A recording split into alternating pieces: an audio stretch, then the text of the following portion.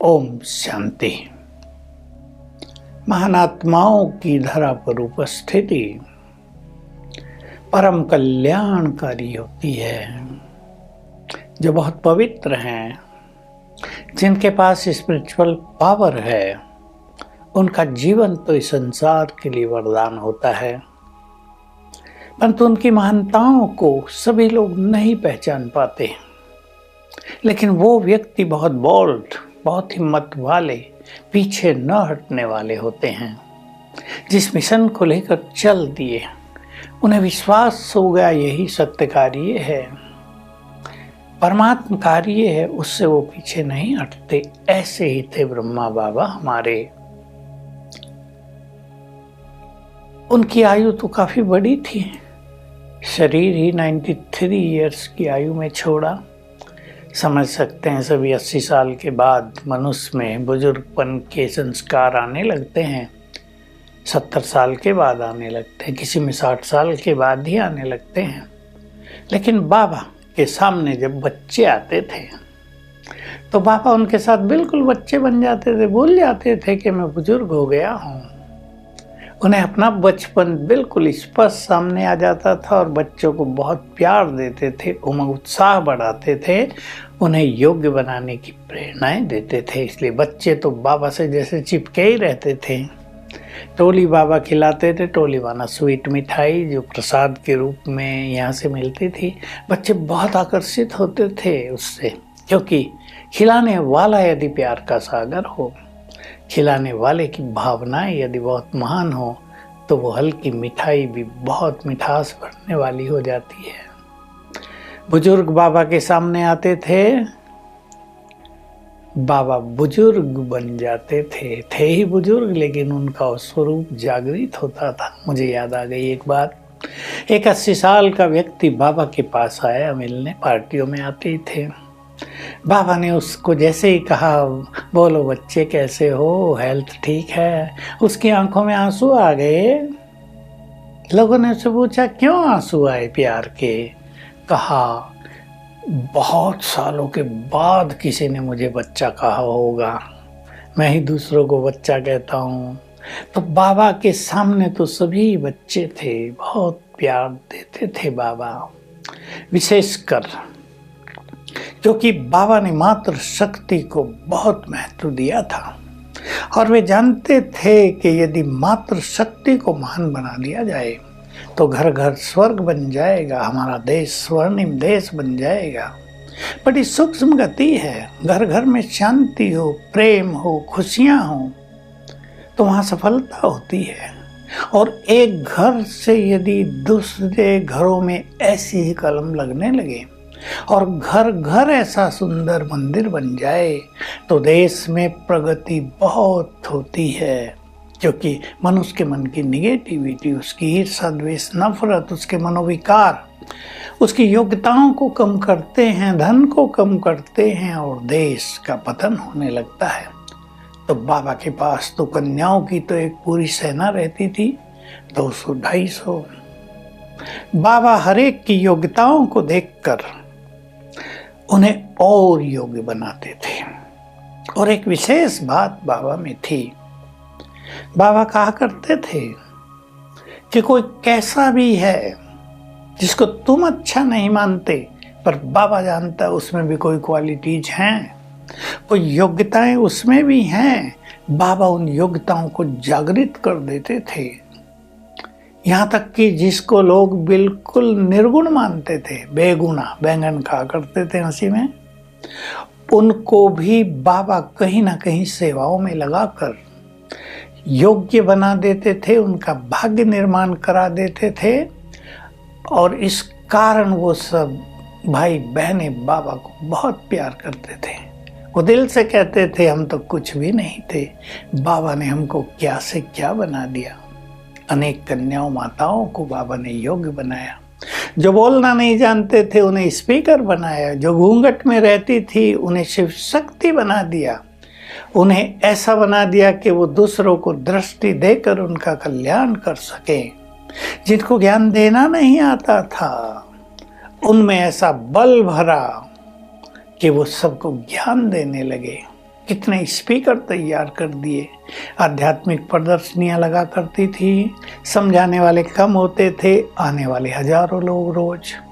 तो बाबा हर एक में उमंग भर देता था कि बस तुम्हें यही तो बताना है, मुंह खोलो, बाबा तुम्हारी मदद करेगा। ऊपर से शिव बाबा और अनेक बिना पढ़ी लिखी माताएं बहनें भी, कई भाई भी दूसरों को बहुत अच्छी तरह ज्ञान देने लगे। इंग्लिश के शब्द सीख गए, लोग समझते थे तो बहुत पढ़े लिखे लोग हैं।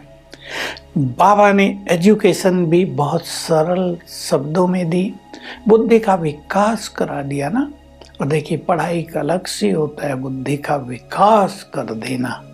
कोई पढ़ाई बुद्धि का विकास न करे तो पढ़ाई केवल रटने वाली, इंफॉर्मेटरी, केवल इंफॉर्मेशन देने वाली हो जाती है।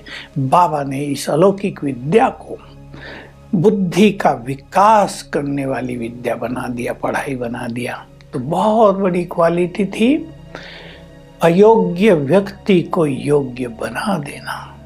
जो ये सोचता है कि उसे तो कुछ भी नहीं आता, वो तो कुछ भी नहीं कर सकता, उसमें ये होप भर देना कि नहीं, तुम भी बहुत कुछ कर सकते हो। ये बाबा की बहुत बड़ी विशेषता थी।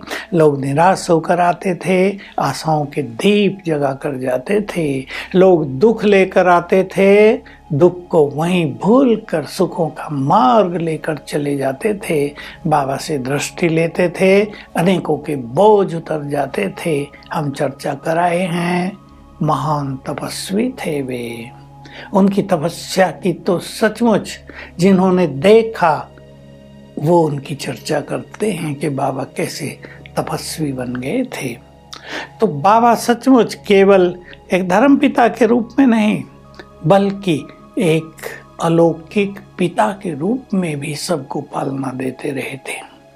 वो कहा करते थे, देखो मेरा काम पढ़ाना भी है, लेकिन मैं तुम्हारा बाप भी हूँ, अनेक बच्चों का बाप, हजारों का बाप।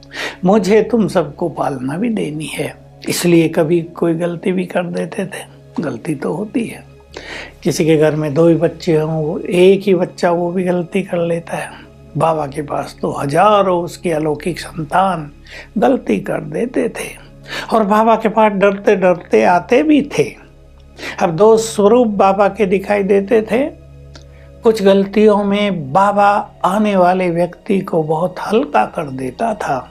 चलो गलती हुई, गलती मनुष्य से होती है, बस ऐसी दृढ़ प्रतिज्ञा करो कि इसके बाद ये गलती सदा के लिए समाप्त हो जाए, अब ये गलती कभी नहीं होगी। तो लोग क्या करते थे, हम तो बाबा से मिले, हमारी गलती हमारे लिए वरदान बन गई, हम में कई योग्यताएं आ गई। और इसका एक ही कारण दिखाई देता था कि लोग अपनी गलतियां सच्चाई से बाबा को बता देते थे। वे जानते थे ये मनुष्य नहीं है, मनुष्य रूप में प्रजापिता ब्रह्मा है, उसके मुख में अनेक वरदान हैं, उसके बोल में, उसकी दृष्टि में अलौकिक शक्तियां हैं, उसकी महान तपस्या का बल उसके साथ है। और दूसरी चीज होती थी, कोई लोग बड़ी बड़ी गलती कर देते थे, तो बाबा गलती करने वालों के प्रति थोड़े टाइट भी रहते थे, क्योंकि बाबा चाहते थे उसकी शक्ति सेना में, उसकी पांडव सेना में सभी महान आत्माएं हों, कोई बार बार गलती न करता रहे। तो लोग हाथ जोड़ के क्षमा याचना करते थे। उन्हें डर भी लगता था, जैसे गुरुओं से डर लगता है बाबा कोई श्राप ना दे दे, लेकिन बाबा श्राप सब तो बाबा के सामने था ही नहीं, बाबा की डिक्शनरी में ही नहीं था। वे तो सबको वरदान देते थे और ऐसी आत्माओं को क्षमादान दे देते थे, और क्षमादान पाकर वे आत्माएं बहुत हल्की होकर सदा के लिए प्रेरणा ले लेती थी। अब ये गलती सदा के लिए हमसे दूर हुई। उसके बदले में बाबा कुछ अच्छा गुण सिखा देते थे, 10 मिनट उनके से बात कर लेते थे, बच्चे ऐसे नहीं ऐसे करना है, केवल ये नहीं कि गलती नहीं करनी, परंतु इस तरह तुम्हें जीवन की यात्रा पर चलना है। तो तुमसे गलती नहीं होगी और तुम आगे बढ़ते जाओगे। ऐसे थे महान हमारे ब्रह्मा बाबा, जो पिता होने के कारण सबको क्षमा भी कर देते थे, आगे भी बढ़ाते थे, उमंग उत्साह भी दिलाते थे, बच्चों को अप्रिशिएट भी बहुत करते थे। ओम शांति।